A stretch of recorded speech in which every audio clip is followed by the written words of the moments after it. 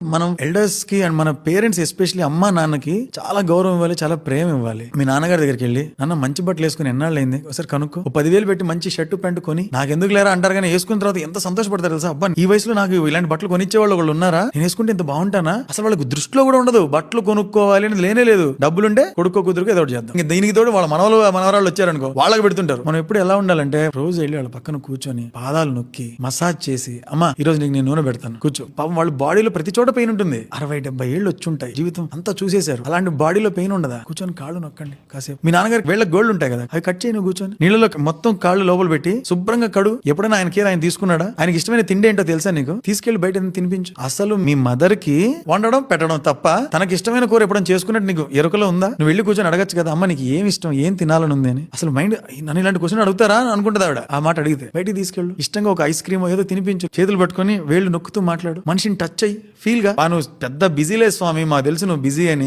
Phone ఇసిరి కొట్టి పక్కన వెళ్ళి కూర్చో కాసేపు, చెప్పే జాగ్రత్తగా విను. ఇప్పుడు కాకపోతే ఎప్పుడు దొరకదు. భాగ్యం అది పేరెంట్స్ దగ్గర కూర్చొని వాళ్ళకి సేవ చేయడం అనేది. అందరం పరిగెడుతున్నాం ఏదో పీకుతాం అని. ఆగు, వెనక్రా, కొంచెం వాళ్ళతో మాట్లాడు, వాళ్ళకి ఏం కావాలో తెలుసుకో. It is high time that we give it back to them. ఓసారి మా మదర్ నాకు ఏదో రకరకాల వంటలను వండింది, ఎప్పుడు లేనిది. ఏంటమ్మా ఇన్ని వండేవి ఏంటమ్మా అంటే, ఈ రోజు మదర్స్ డే అంట కదరా అనింది. అంటే మదర్స్ డే అంటే నేను నీకు ఏదైనా ఇవ్వాలమ్మా అంటే, అవునా నాకెందుకు ఇలా అర్థమైంది అని. అది మరి ఎప్పుడెప్పుడు ఇవ్వాలా అనేటట్టే ఉంటారు వాళ్ళు. దాన్ని ఆపి మేమిస్తాం తీసుకోండి అని చెప్పాలి. మనం అర్జెంట్ గా మొదలెట్టాలి. మన సేవింగ్స్ కావచ్చు, మన థాట్స్ కావచ్చు, మన గోల్